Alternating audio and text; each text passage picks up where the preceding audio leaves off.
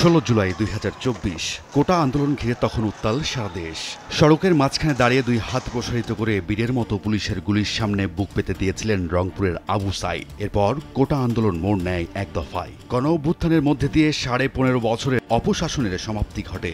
দেখতে দেখতে শহীদ আবু সাইদের মৃত্যু পেরিয়েছে 1 বছর। পুলিশের গুলিতে আবু সাইদের নিহত হওয়ার দিনটি স্মরণে রাষ্ট্রীয়ভাবে শোক পালন করছে সরকার। এ উপলক্ষে রাজধানীতে সরকারি, আধা সরকারি ও স্বায়ত্তশাসিত প্রতিষ্ঠান এবং শিক্ষা প্রতিষ্ঠান সহ সব সরকারি ও বেসরকারি ভবনে জাতীয় পতাকা অর্ধনির্মিত রাখা হয়। রাজধানীর কেন্দ্রীয় শহীদ মিনারে আবু সাইদ সহ জুলাই শহীদদের ফুল দিয়ে শ্রদ্ধা জানান সর্বস্তরের মানুষ।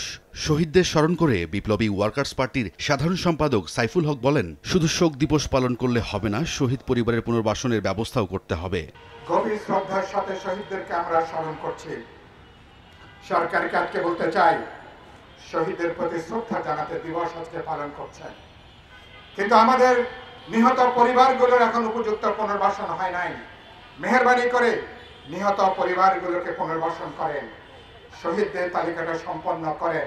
তা না হলে শহীদদের প্রতি আমরা আমাদের ন্যূনতম কোনো দায় আমরা পরিশোধ করতে পারবো না। এছাড়াও জুলাই অভ্যুত্থানের স্মরণে আলোকচিত্র প্রদর্শনী ও স্বেচ্ছায় রক্তদান কর্মসূচি পালন করেছে বাংলাদেশ মেডিকেল বিশ্ববিদ্যালয়। শহীদদের স্মরণে ফ্যাসিবাদের পরিণতি রংতুলির আঁচড়ে তুলে ধরা হয়।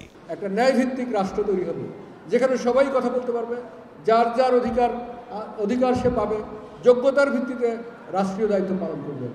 আজকের এই সময়ে সেই ঐক্যের ভিত্তিতে আমাদের দায়টা কি? আজকের আমাদের দায় হচ্ছে দেশকে ঐক্যবদ্ধ রাখা। এদিকে রাজধানীর বায়তুল মোকাররম মসজিদেও শহীদদের আত্মার শান্তির কামনায় বিশেষ দোয়ার আয়োজন করা হয়। রাইতুল ইসলাম শুভ, সময় সংবাদ, ঢাকা।